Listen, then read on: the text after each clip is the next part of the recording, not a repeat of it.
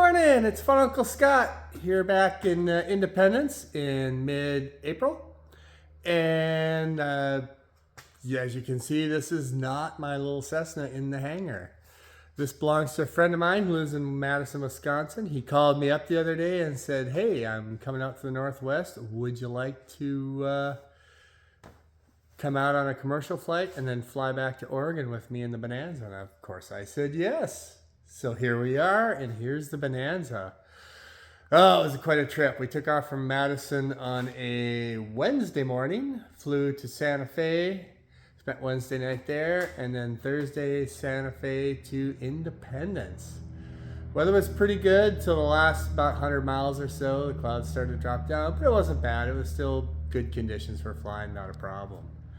So there's that. In the meantime, some things have kind of fallen on, have been put on hold. Cabinets are still in the same stack they were before over there, and the pits hasn't really progressed any. That being said, though, I have made progress on the house repairs. Let's see. You can see here on the outside, we've pulled the siding off after we did some framing repairs, and we put some new sheeting on there. Oops. And we put some new sheeting on there, and so that's all good. So now we just need to felt paper that and re-side that. That'll be good, and then I'll go in and show you the inside. Okay, here's the inside. As you can see, we've got some new framing over here.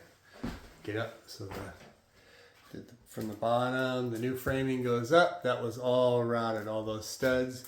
The end of that truss was rotted, so we put doublers on both sides and replaced the end of the truss. So now that's all set. As you can see, let's see, we'll come around the corner here. Oh, you can't see it. And here's from the master bedroom. You can see that corner. There's a couple of 2x6s we had to replace. Retied in the seismic strap. And that's all set. Put an outlet in there because that's where we keep our router. And I got another box for the internet connection. So that's going to be good. So now all I need to do is put some insulation in there and start sheetrocking. Yay, sheetrock, my favorite. Okay, I got the sheetrock and the first layer of mud in on the master bedroom side of the repair. Yay. Didn't go too bad, went better than I expected. Let's go take a look at the other side. All right, back on the spare bedroom side, I got one piece of the ceiling sheetrock in up there and one other piece of sheetrock in.